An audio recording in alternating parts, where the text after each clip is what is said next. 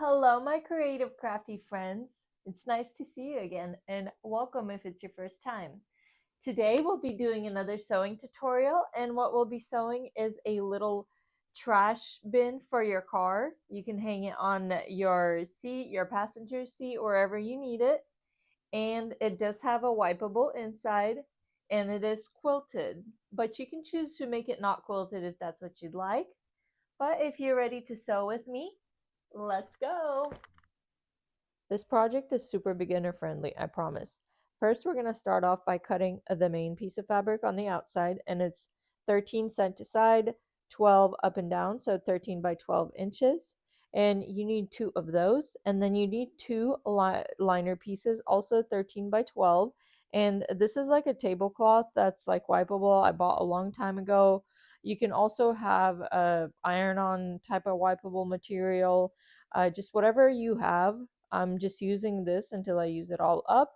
And then I'm also cutting two pieces of batting that's 13 by 12 because I am making it quilted. So I have the two outside pieces, two liner pieces, two batting pieces, and then the pieces for my straps. And as I did mention, I am making it quilted. So I did 1 inch lines. You can choose to decide whatever quilted design you would like, or if you don't want to do it quilted, you don't have to. It's totally up to you. But after I draw on my quilted lines, I clip it onto the batting with my little clips, and I sew those quilted lines, and then I iron them off.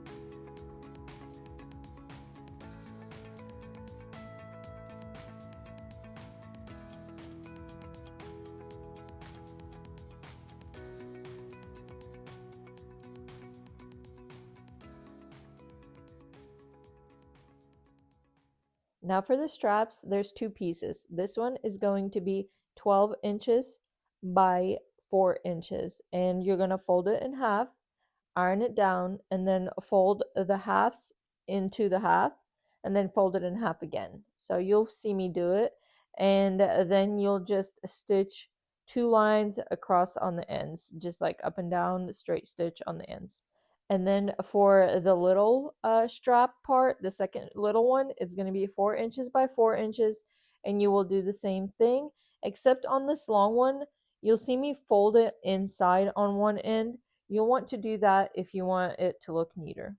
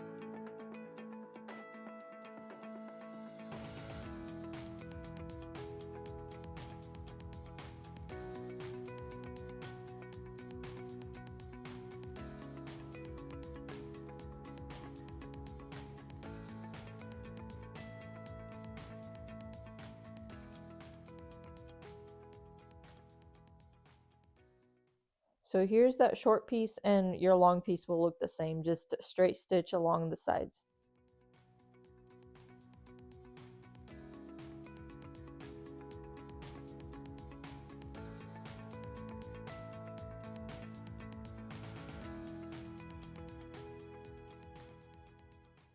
Now you're going to put your baggie together. You're going to sew that so you get the two of the outside pieces and lay them pretty side to pretty side, clip them, pin them, whatever you want to do, and you're just going to sew three sides. So you're not going to sew the top, but you're going to sew side, bottom, side. And then you're also going to grab the liners and you're also putting them pretty side to pretty side, and make sure, since the dimensions are almost the same, you're putting them the right way, 13 inches side to side, 12 inches up and down.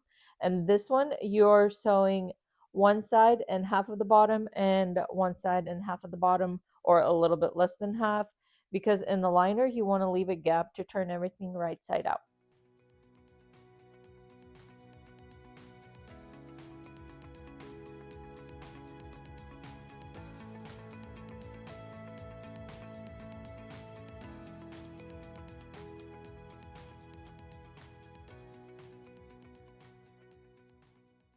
Once you have those two main pieces sewn together, get the fabric that's going on the outside and turn it right side out. And you're going to attach the straps at this time. So this will be the easiest to measure them out. Make sure that they're measured out evenly. And I did about 3 inches from the seam on the side. And that second strap, you want to put the ring or D-ring through right away and clip it on like that. You'll fold it in half and clip it on with the ring in the at the bottom of it, as you saw me do, and then you'll just sew them on.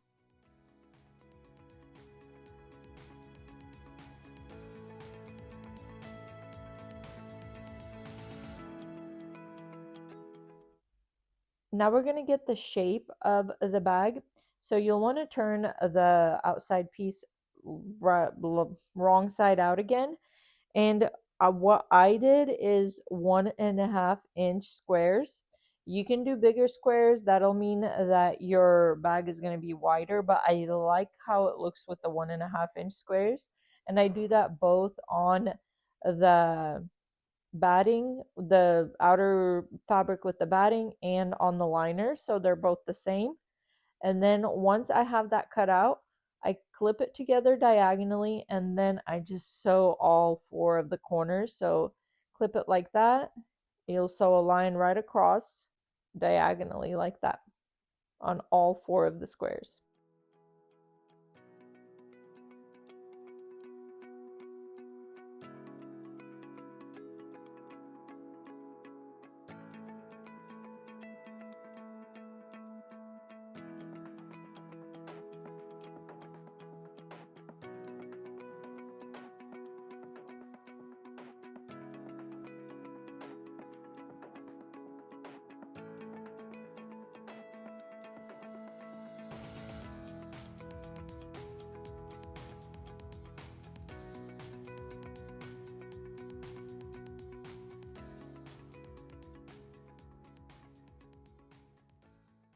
Now you'll be turning the outside piece right side out again and making sure that you push out all the corners, making sure that there's no gaps, no missing stitches, and there's no strings anywhere. Just take them all off, cut them all off, and that you will put the outer piece inside of the liner, pretty side to pretty side. So the not pretty side of your liner is supposed to be on the outside like that, and the pretty side of your liner is supposed to touch the pretty side of your outside fabric. And you'll clip it together, and then you will sew all around the top.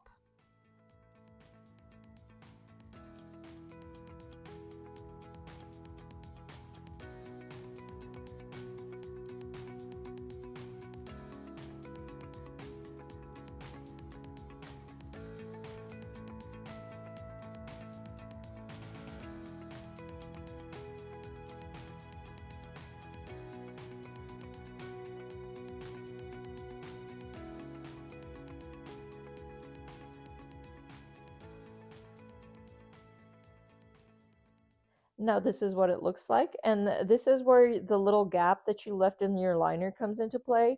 This is where you turn the bag right side out through that little gap that you left.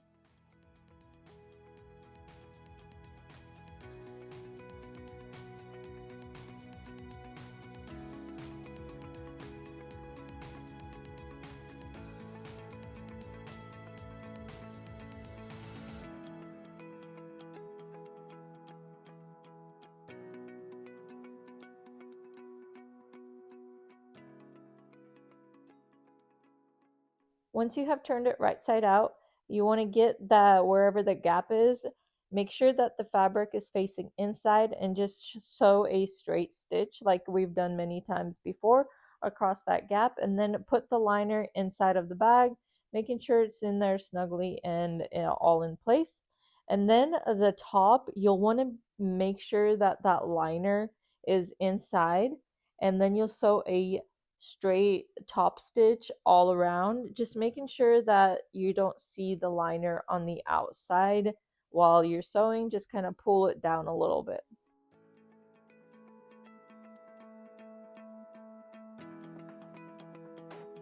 Now it's time for you to attach the other part of the clip for the straps. And what you'll do is just insert that little clip. You'll fold it in and you'll just sew a line straight across. I just sewed a line straight across a few times and made it thick. But if you don't have those little clippy thingies, you can just make one strap and put it from side to side. I did the little clippy thingy so I don't have to take my headrest off. I can just clip it around the headrest and that makes it much easier. But definitely don't need the little ring with the clip. And this is the end product. It's super beautiful and it's very structured with the batting and with the washable liner. This is how it looks without the batting. I made one, but I do prefer how it holds structure better with the batting.